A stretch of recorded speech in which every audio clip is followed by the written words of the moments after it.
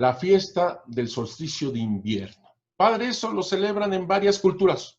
Claro, no estamos diciendo que no, estamos diciendo lo bueno y verdadero que sembró ya Dios, que esto se da con toda la creación, que esto se da porque el sol, que es vital para muchos pueblos y muchas culturas, pues se encuentra en un momento en el cual el día es el más pequeño, por lo tanto el sol el más pequeño, por decirlo así, y la noche la más larga, solsticio de invierno, y claro, los indígenas están en un momento en el cual ¿podrá el sol salir y vencer las tinieblas o aquí ya terminamos? Ese es el solsticio de invierno, que lo celebraban de esta manera y con este nombre de Panquetzalistli antes de la llegada de los españoles. Cuando llegan los españoles y ven los sacrificios humanos, evidentemente ven todas estas idolatrías y demás, evidentemente todo eso lo quitaron de tajo, vámonos, ¿verdad? Que todavía hay aquí y allá, es obvio, pues era un puñadito apenas, pero digo, entre lo que ellos podían, ellos lograron bastante de tumbar los sacrificios humanos, no más sacrificios humanos. Esto es algo diabólico, obviamente. No se celebra ya Panquetzalistli cuando llegan los españoles. Y esto es el solsticio de invierno. El 12 de diciembre es solsticio de invierno. Ahora vas entendiendo, ¿verdad? Vas entendiendo por qué en esa fecha. Solsticio de invierno. Padre, se equivoca porque actualmente el solsticio de invierno no es el 12 de diciembre. Es el del 21 al 22 de diciembre. Y yo te diría, tienes toda la razón. Tienes toda la razón. El solsticio de invierno actualmente es del 21 al 22 de diciembre. Pero estamos hablando de 1531 y estamos hablando entonces del calendario juliano que seguían los españoles, equivocado por 10 días. Así que en 1531, ese solsticio de invierno cayó el 12 de diciembre. Los indígenas no tenían necesidad de eso. Los indígenas tenían calendario solar, lunar, etcétera, que sabían perfectamente cuándo era solsticio de invierno. El punto es que el 12 de diciembre de 1531 se da el solsticio de invierno. Ya después los europeos corrigieron su calendario, el Papa Gregorio, por eso se le llama calendario gregoriano, en 1582 es cuando esto ya se corrige, pero entre los europeos. Los indígenas no tenían ese problema. Los indígenas sabían perfectamente cuándo era solsticio de invierno. Y es el 12 de diciembre. Y la aparición comienza el 9 de diciembre, 4 días antes del 12. Y tú sabes perfectamente, para el indígena, el número 4 es sumamente importante. El 4. Así como comenzó todo este mundo en 4 movimientos, 4 terremotos, así comenzó están diciendo esta creación, pero al mismo tiempo en cuatro movimientos se terminará todo esto. Así decían sus mitos. Es decir, en 4 terremotos esto se acabó. Y fíjate qué interesante que en 1530 hubo 3 terremotos. En 1531, lo dije la otra vez, también hubo el cometa, y lo ponen en sus códices, el cometa, lo ven pasar y lo ponen. Y también en 1531, sí, en el año de la aparición de Nuestra Señora de Guadalupe, eclipse, que para los indígenas esto se acabó. La luna se está devorando al sol. No triunfa entonces en este solsticio de invierno de 1531, que se va a dar el 12 de diciembre. Toda esa percepción tienen los indígenas. Pero en mi búsqueda de ver esto fue, bueno, ¿qué se hacía en la fiesta de Panquetzalistli? ¿Qué cosas, qué ritos se hacían? ¿Por qué los primeros misioneros, sobre todo Fray Toribio de Benavente Motolinia, habla de ella como diciendo la fiesta principal de los indígenas? Y algo que me llamó muchísimo la atención es que este fraile dijera, es como la Pascua indígena. De verdad que me llamó mucho la atención que la nombrara de esa manera.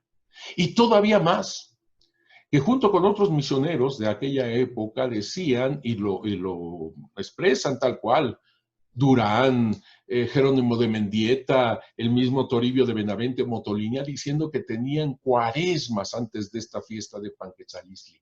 A ver, ¿eran como Pascuas, donde hay cuaresmas? Es algo parecido a lo católico entonces.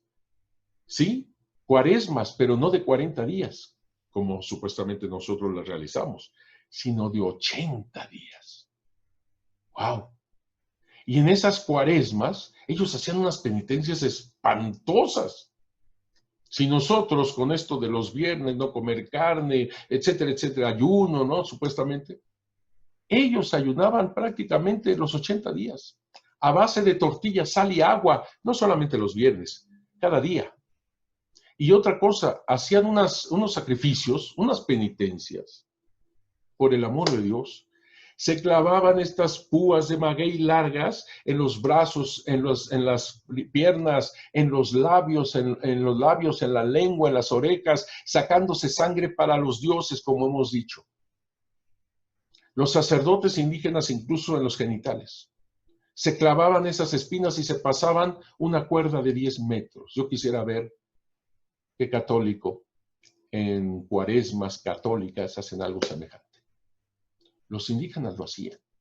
Obviamente los misioneros de aquella época veían todo esto como una fidelidad al demonio, ¿verdad? Obviamente, y terrible, al demonio. Pero me llama mucho la atención, entonces, cuadrar esto, ver esto, cómo es la aparición exactamente en esos 4 días anteriores a lo que podrían ellos celebrar, ya no celebraban, pero lo que podrían haber celebrado como Panquetzalistli. Por eso me llama mucho la atención, pues, qué se hacía en Panquetzalistli, qué tantas cosas hacían.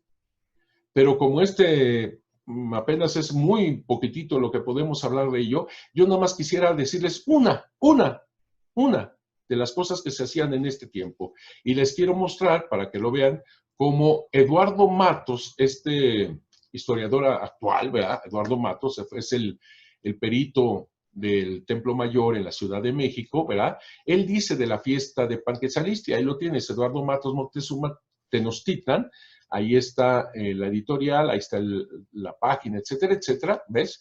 Pero aquí me interesa lo que dice de la fiesta de Panquetzalistli hacia el mes de diciembre, en el que el sol declina más hacia el sur, solsticio, cuando se celebra esta fiesta en honor de Huitzilopochtli, sol, coincidiendo, ojo, con el solsticio de invierno. Quedó claro, ¿verdad? Todos los elementos presentes en el mito cobraban realidad y se representaban en el templo mayor, es decir, en el centro del universo. Es interesante, México es considerado el centro del universo. Que a mí también me llama mucho la atención que en Europa, ya sabes, Galilei, antes tantos otros, etcétera, etcétera, pues que primero que la Tierra era el centro del universo, después dice, no, es el Sol es el centro y entonces todos giramos, la Tierra también. Pues los indígenas tenían esta percepción de que el templo mayor en la Ciudad de México es el centro del universo. ¿Qué tal? ¿Qué tal? ¿Verdad? Es interesantísimo. ¿Qué manera de pensar de los indígenas? Y fíjate esto de que sean ellos los que tenían que dar estos corazones y sangre a este sol para que naciera. Fíjate, el sol, Huitzilopochtli, es el dios de los indígenas, pero sobre todo de la tribu más poderosa en aquel momento, los aztecas o mexicas. A mí me gusta más decirles mexicas. Nacía, o sea, el sol nacía en el punto más bajo y oscuro de su curso, el sur, es decir, solsticio de invierno, pero desde entonces lo esperaba una lenta e inexorable ascensión hacia la salida del vientre de la Tierra en el este, donde surge el sol, hasta su cenit en el norte. El lento ascenso al templo de la imagen de Tzuali, porque los indígenas hacían una imagen con lo que nosotros decimos amaranto, es una semillita que con eso se hace una masa y hacían el ídolo de Huitzilopochtli. A esta masa todavía la puedes encontrar y se come muy rica, por cierto. Le decimos alegría también. Bueno, hacían esta masa y esta como escultura del dios Huitzilopochtli y dice lento ascenso al templo de la imagen de Tzuali, esta es la alegría, el amaranto, celebrado con particular solemnidad después de la presentación en el patio, era sin duda una metáfora del camino ascendente que debía tomar el sol a partir de aquel momento, es decir, cuando vence las tinieblas en solsticio de invierno, y por eso se hacía esta fiesta de Panquetzalistli. Esto lo dice Gabriel Henrik Krull. Panquetzalistli, el nacimiento de Huitzilopochtli y la caída de Tezcatlipoca en estudios mesoamericanos, nueva época, etcétera, etcétera. Ahí lo tiene la nota.